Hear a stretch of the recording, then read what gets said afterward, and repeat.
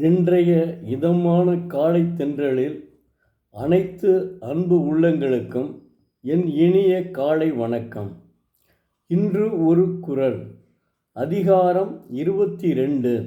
இந்த அதிகாரத்தினுடைய முதல் குறளே இதுதான். ஒப்புரவு அறிதல்.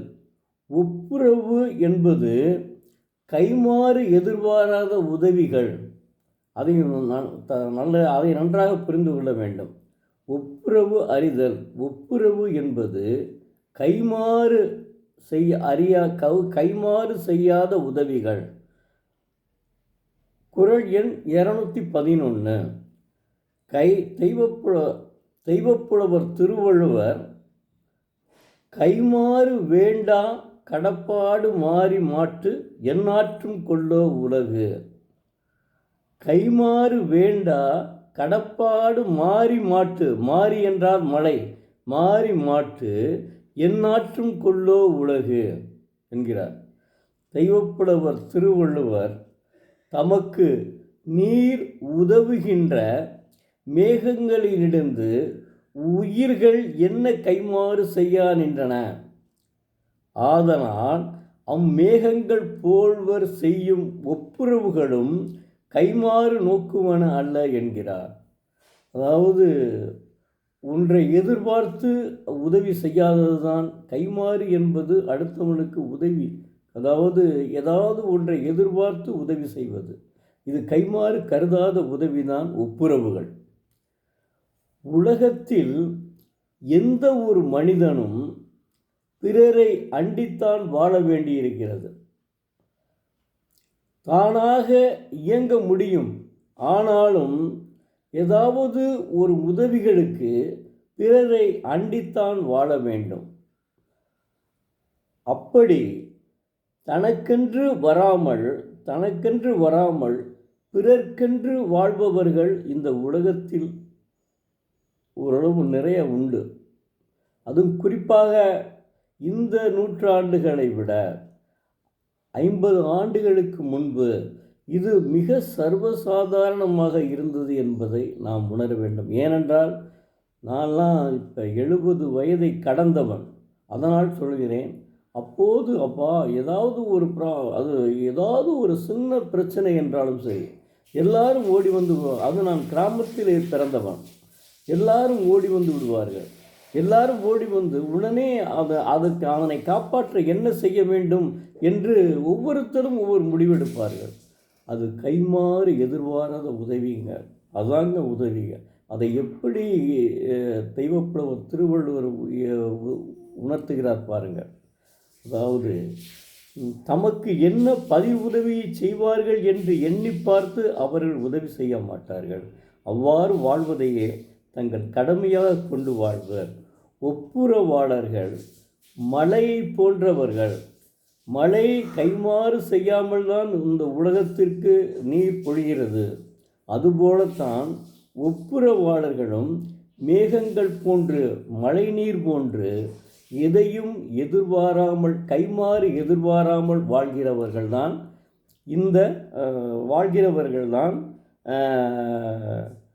இந்த ஒப்புரவாளர்கள். கைமாறு எதிர்பாராத உதவி செய்பவர்கள். அப்படித்தான் ஒப்புரவாளர்களிடம் இந்த உலகம் சகுந்த கைமாறு எதுவும் இல்லை என்கிறார் தெய்வப்புலவர். எதுக்கு ஊமையாக சொல்கிறார் பாருங்க, இயற்கைக்கு உதாரணமாக சொல்கிறாருங்க. அதாவது நான் 1000 வைசிய உயர்நிலைப்பள்ளி பரமக்குடியிலே படித்தபோது 10ஆம் வகுப்பு 11ஆம் வகுப்பு 2 வகுப்பும் அங்கே தான் படித்தேன். அதில் கணபதி ஐயர் என்ற ஒரு தமிழாசிரியர் இருந்தார். அவர் என்ன செய்வார் என்றால், அப்படியே திருக்குறளை வைத்து ஒரு சீர் பிரிக்க சொல்லுவார். நேர் நேர் தேமா, நிறைநீர் பொழிமா, நேர் நிறை கருவிளம், நிறைநிறை கூவிளம். அந்த வாய்ப்பாடு எனக்கு இப்போ கூட லைட்டாக தெரியுது, இன்னும் ஃபுல்லாக தெரியல. அதை வச்சுக்கிட்டு நீங்கள் அப்படியே பிரிங்க. ஏன்னா அவருக்கு பிடிச்சது திருக்குறள் தான். திருக்குறளை பேசும்போது அது நான்லாம் அப்போ நாங்கள் என்னென்ன வயசானவர், கதர் சட்டை தான் போடுவார், பேண்ட் கூட போட மாட்டார். வேஷ்டி சட்டை தான் அணிஞ்சு வருவார். அவரை பார்க்கையில் நல்லா நடத்தக்கூடியவர். இருந்தாலும் எங்களுக்கு என்னமோ ஒரு என்னடா ஓயாம திருக்குறள் திருக்குறள்னு சொல்லி பிரிக்க சொல்லிகிட்டே இருக்காரே அப்படின்னு நினச்சோம்.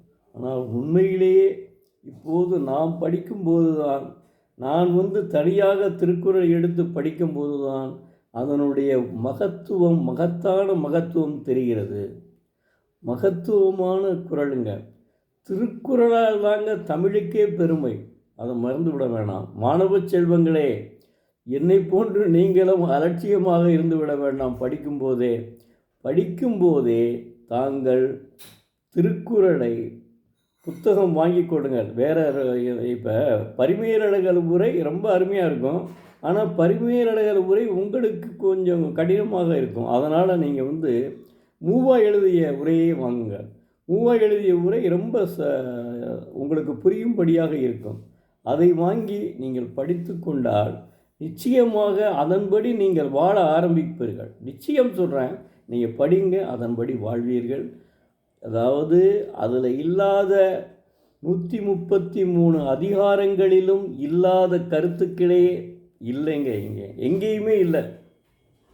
அதனால் அந்த 133 அதிகாரங்களையும் நீங்கள் படித்து விட்டால் நிச்சயம் வாழ்க்கையில் ஒழுக்கம், படிப்பு, உயர்வு, கடமை, கண்ணியம், கட்டுப்பாடு, இந்த 6 மந்திரங்களும் உங்களுக்கு அப்படியே வந்துவிடும்.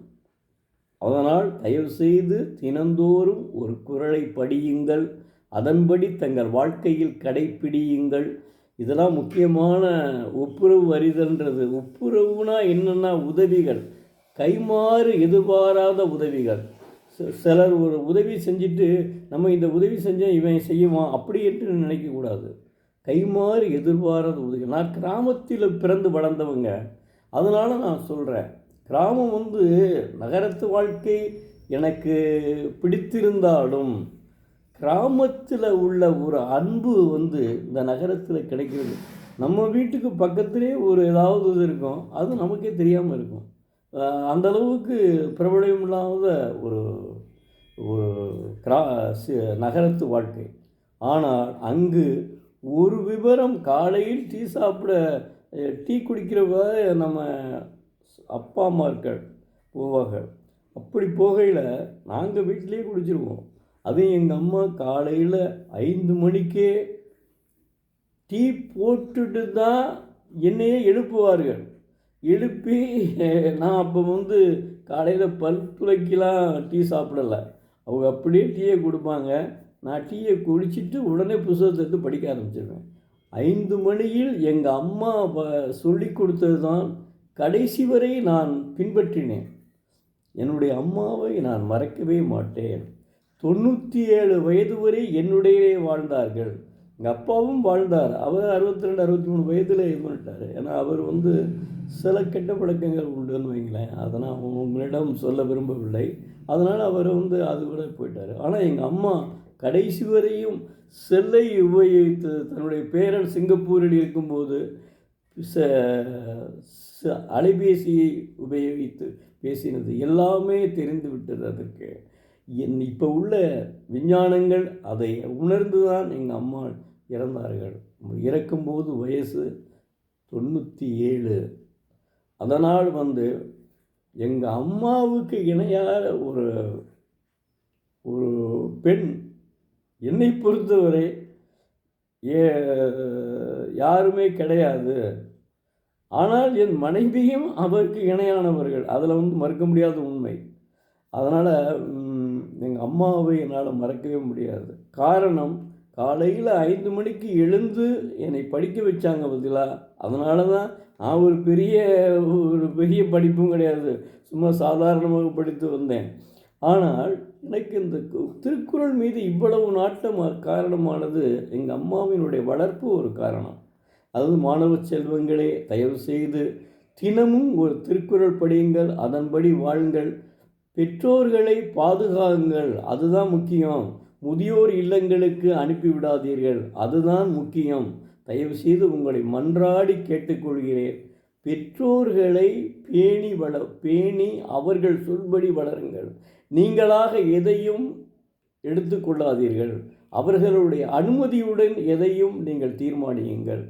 நன்றி, வணக்கம். நாளை மீண்டும் ஒரு குரலோடு உங்களை சந்திக்கிறேன்.